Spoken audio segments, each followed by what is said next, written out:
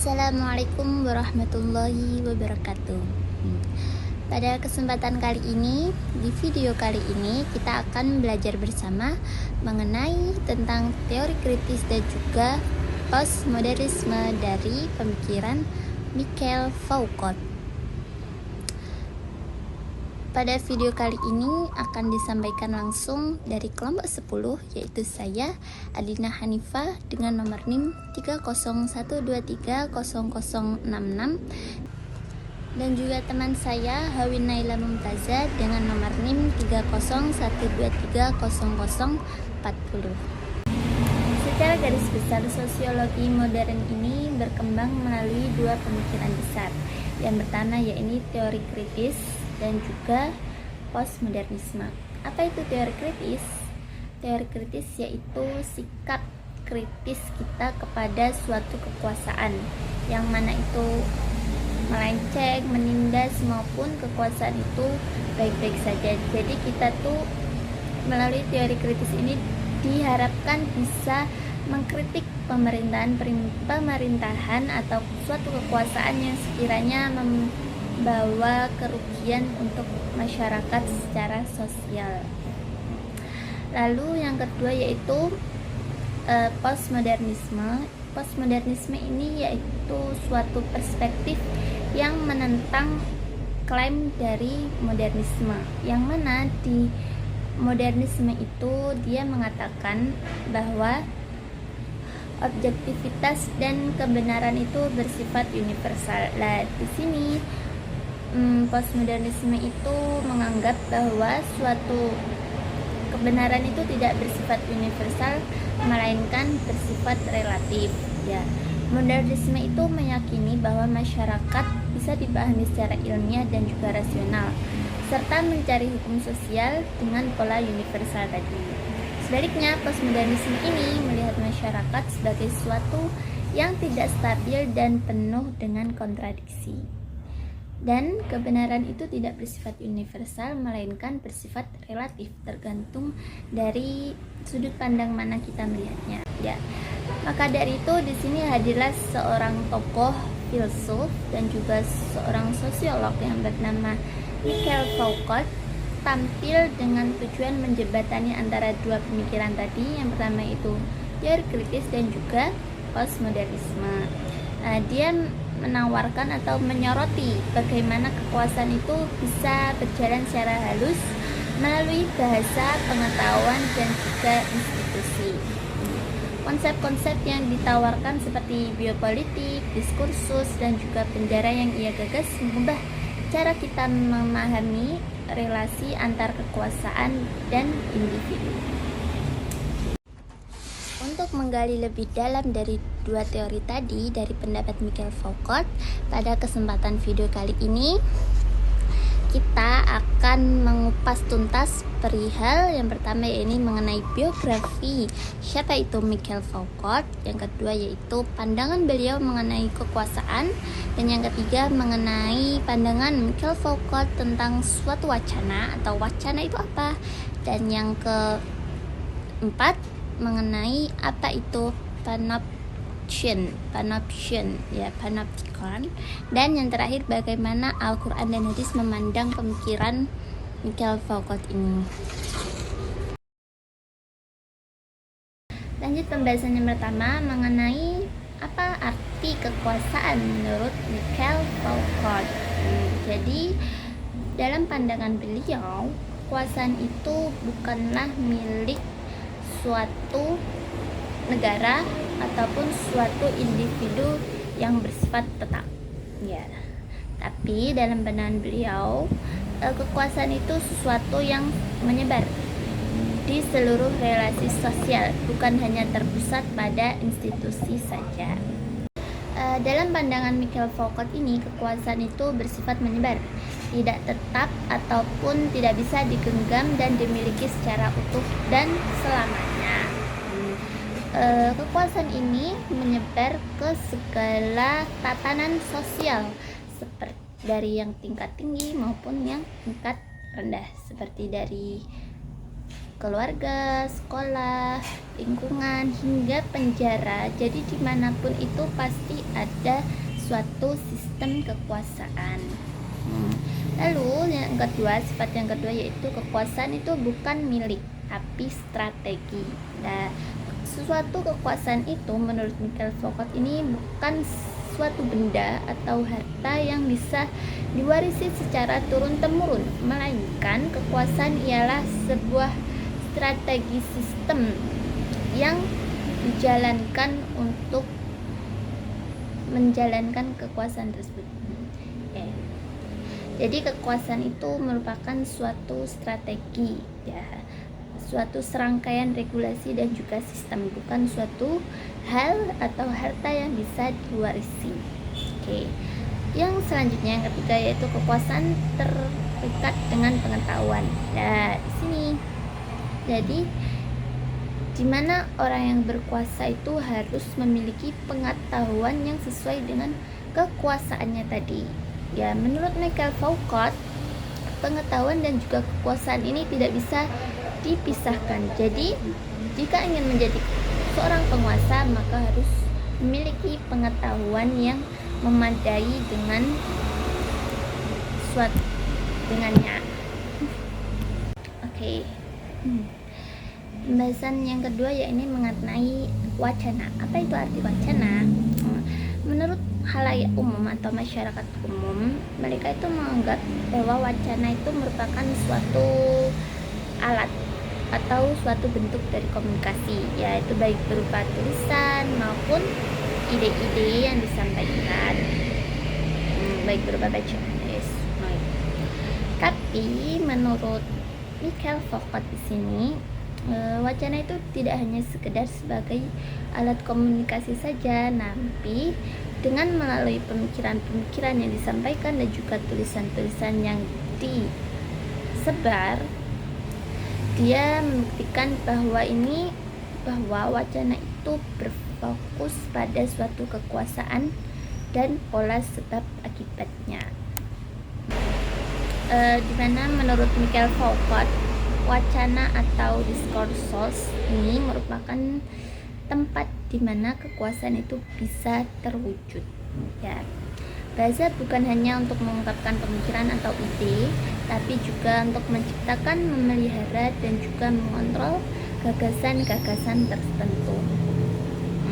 Dalam analisis Michael Foucault dalam wacananya, dia menganalisis bahwa terdapat beberapa konsep kunci. Yang pertama yaitu wacana sebagai representasi dari realitas, yang kedua arkeologi pengetahuan, ketiga genealogi kekuasaan, dan juga kekuasaan knowledge.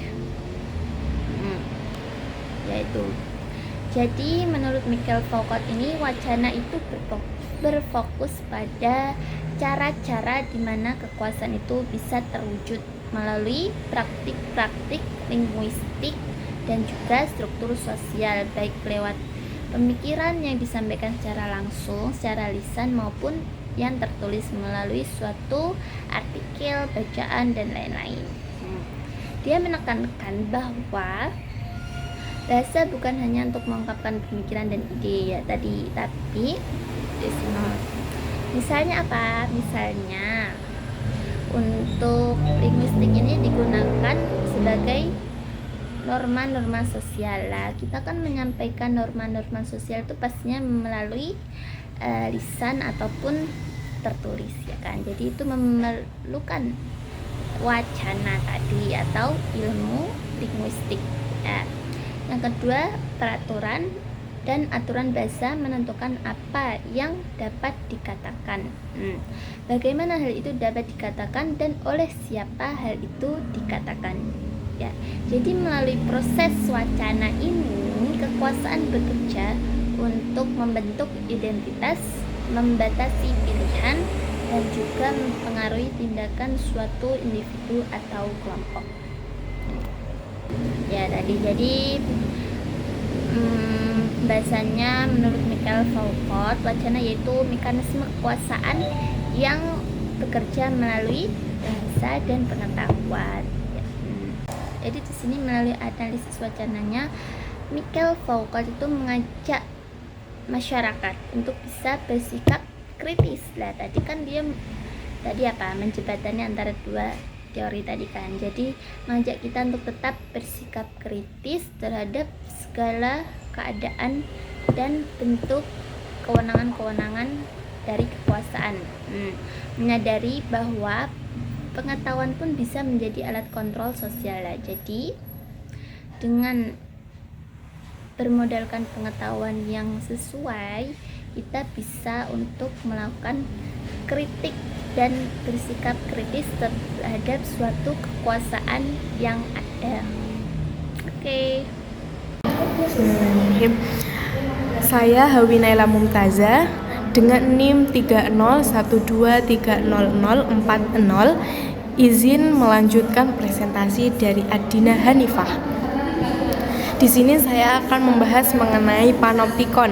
Pengertian dari panoptikon adalah sebuah konsep bangunan melingkar dengan sel-sel di sekeliling dan menara pengawas yang menjadi pusat.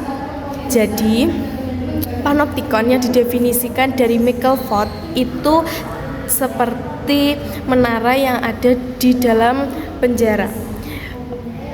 Dia berdiri tegak di tengah yang menjadi pusat yang berfungsi untuk mengawasi para narapidana. Namun narapidana tersebut tidak bisa melihat siapa yang mengawasi di dalam menara tersebut. Intinya, kekuatan panoptikon bukan hanya pada kehadiran fisik pengawas, tetapi pada efek psikologis dari kemungkinan yang diawasi. Menurut Michael Foucault, prinsip panoptikon tidak hanya terbatas pada penjara, tetapi juga merembes ke institusi modern seperti sekolah, rumah sakit, pabrik, bahkan masyarakat luas. Pembahasan berikutnya yaitu mengenai 3 pemikiran Michael Foucault tentang panoptikon. Yang pertama ada mekanisme disipliner. Jadi di sini itu mengetahui tentang kekuasaan disipliner bekerja dengan cara memecah individu dan terus-menerus mengamati perilaku mereka. Tujuannya adalah untuk menciptakan keteraturan dan kedisiplinan melalui kontrol yang halus tetapi tetap efektif. Kemudian pemikiran kedua yakni masyarakat pengawasan. Dalam pandangan Foucault, kita hidup dalam masyarakat pengawasan. Bentuknya yang dapat kita lihat di sekeliling seperti CCTV, media sosial, sistem data, dan teknologi lain yang bekerja seperti panoptikon. Artinya, pengawasan hari ini bukan berarti tidak tampak, tetapi tetap ada dan memengaruhi perilaku individu. Kemudian pemikiran yang terakhir yakni pengetahuan dan kekuasaan.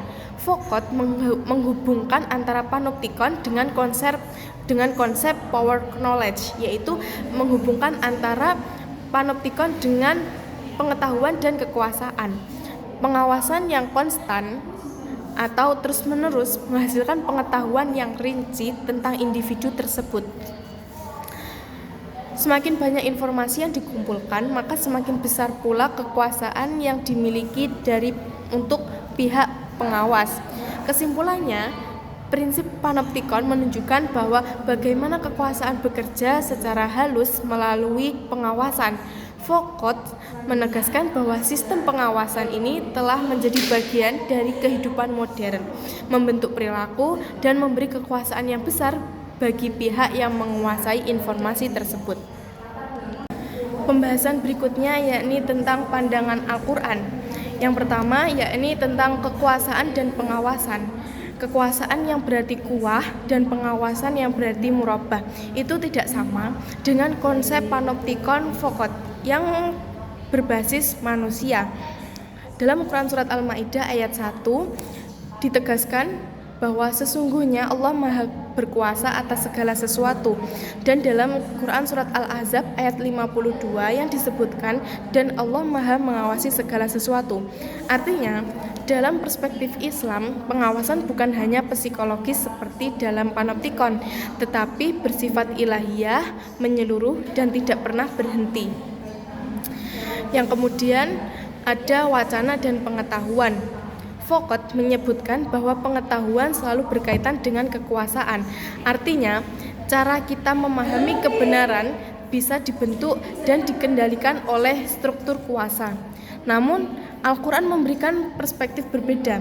Kebenaran atau al-haq adalah itu mutlak, berasal dari Allah SWT, bukan buatan manusia. Walaupun demikian, Al-Quran juga mengingatkan bahwa manusia bisa menyalahgunakan penyebaran pengetahuan untuk tujuan yang salah, misalnya penyebaran fitnah atau menyembunyikan kebenaran. Dalam Quran Surat Al-Baqarah ayat 42, Allah berfirman, "Janganlah kamu mencampur adukkan kebenaran dengan kebatilan, dan jangan pula kamu menyembunyikan kebenaran, sedangkan kamu mengetahuinya." Kemudian pertanggungjawaban pengetahuan. Al-Quran menegaskan bahwa segala bentuk pengetahuan yang kita miliki akan dimintai pertanggungjawaban. Dalam Quran Surat Al-Isra ayat 36 dijelaskan, "Janganlah engkau mengikuti sesuatu yang tidak engkau ketahui. Sesungguhnya pendengaran, penglihatan, dan hati nurani, semua itu akan diminta pertanggungjawabannya." Artinya, setiap informasi yang kita dengar, kita lihat, atau kita yakini itu tidak boleh kita ikuti begitu saja tanpa dasar kebenaran. Semua akan dipertanggungjawabkan di hadapan Allah. Jika Foucault menekankan pengawasan manusia melalui institusi, Al-Quran menekankan pengawasan ilahi yang mutlak, serta menegaskan bahwa kebenaran berasal dari Allah dan manusia harus berhati-hati dalam menggunakan pengetahuan, karena setiap informasi akan dimintai pertanggungjawabannya. Dalam salah satu hadis riwayat Abu Dawud nomor 4888, Rasulullah SAW mengingatkan agar kita tidak sibuk mencari-cari kesalahan orang lain. Beliau bersabda, "Apabila kita terus mencari aib dan kesalahan mereka, justru kita akan menghancurkan kehidupan mereka, bahkan hampir ikut menghancurkan diri kita sendiri." Pesan utama hadis ini adalah pentingnya sikap adil dalam memandang orang lain. Islam tidak mengajarkan pengawasan yang menjerumus pada kecurigaan berlebihan atau kontrol yang merusak, tetapi menekankan pengawasan terhadap diri sendiri, introspeksi, dan menjaga kehormatan sesama. Kesimpulannya, jika kita bandingkan, Foucault melihat kekuasaan, wacana, dan panoptikon sebagai jaringan yang menyebar dan bekerja melalui pengawas tersembunyi. Kekuasaan tidak hanya datang dari atas, tetapi hadir dalam hubungan sehari-hari yang membentuk perilaku individu. Model panoptikon ini menunjukkan bagaimana pengawasan membuat orang terdorong untuk mengontrol diri sendiri, sehingga ketaatan terbentuk tanpa perlu kekerasan langsung. Namun, ketika dikaitkan dengan Al-Quran dan hadis, ada perbedaan yang mendasar. Konsep Foucault berangkat dari filsafat barat yang menekankan struktur sosial, sedangkan Al-Quran menekankan bahwa kekuasaan dan pengawasan sejatinya hanya milik Allah. Perspektif Islam lebih spiritual. Manusia tidak hanya diawasi oleh sesama manusia, tetapi juga bertanggung jawab di hadapan Allah. Jadi, walaupun ada kesamaan tema soal pengawasan, landasan keduanya yang berbeda. Foucault berbicara tentang disiplin sosial, sementara Islam menekankan dimensi moral, spiritual, dan pertanggungjawaban akhirat. Sekian presentasi dari kami kelompok 10. Kurang lebihnya kami mohon maaf. Wassalamualaikum warahmatullahi wabarakatuh.